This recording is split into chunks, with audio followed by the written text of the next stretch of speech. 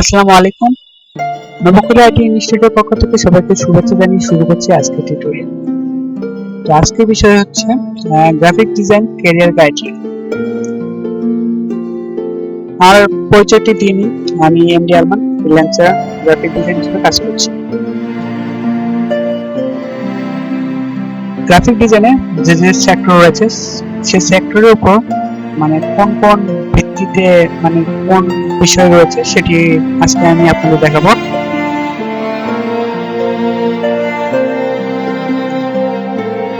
Graphic ডিজাইনের সর্বপ্রথম যে সেক্টরটি রয়েছে সেটি হচ্ছে প্রিন্ট ডিজাইন।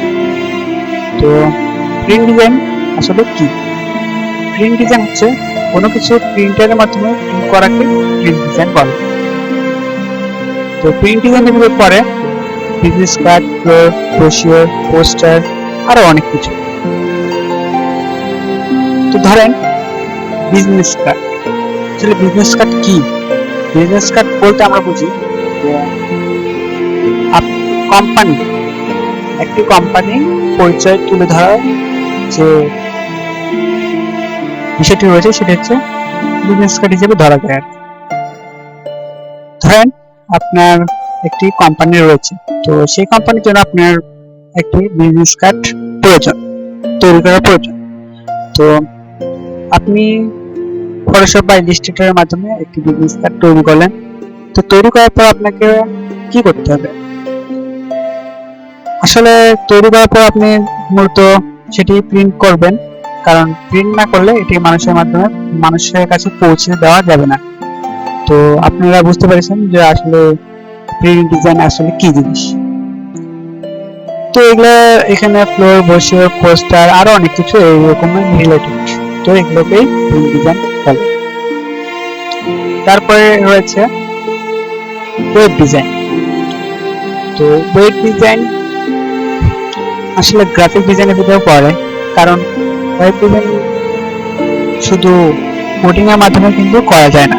এগুলো হচ্ছে গ্রাফিক ডিজাইনের বিভিন্ন রকমের কাজ রয়েছে। ফার্স্টে রয়েছে ওয়েব টেমপ্লেট, লোগো, ব্যানার, তারপর আরো অনেক কিছু। আমরা একটি এক্সাম্পল দিই, যেরকম ওয়েব টেমপ্লেট। আসলে ওয়েব টেমপ্লেট গ্রাফিক ডিজাইনের ভিতরে কিভাবে করবেন? তো এটি করার জন্য ফার্স্টে আপনারা ফটোশপ বা ইলাস্ট্রেটরের মাধ্যমে কোনো একটা ডিজাইন তৈরি করাকে আর কি ওয়েব টেমপ্লেট বলে।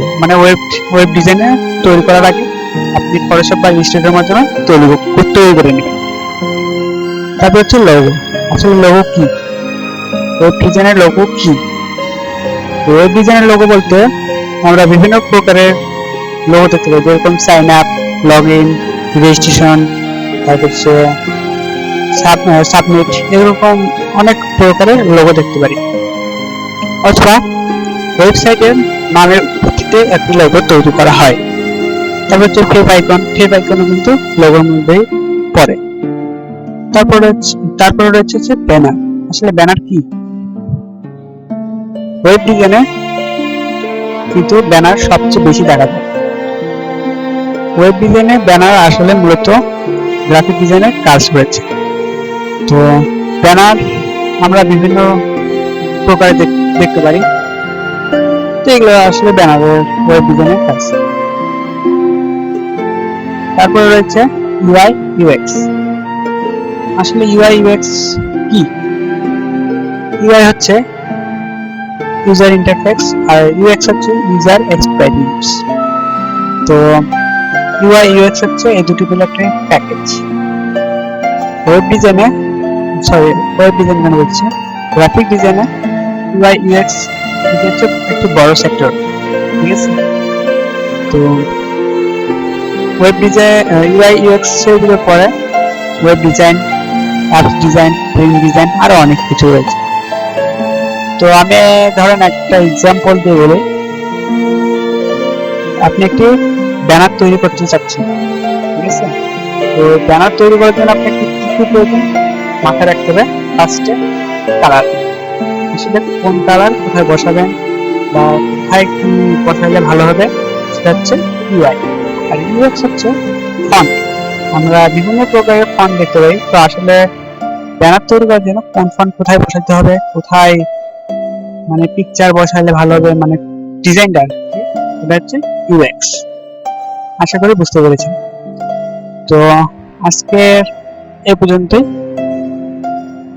আগামী পর্বে আমরা দেখব যে গ্রাফিক ডিজাইনে আমরা কিভাবে আইডিয়া নিতে পারি, মানে কোথায় থেকে কি আইডিয়া নিতে পারি সেটা দেখব।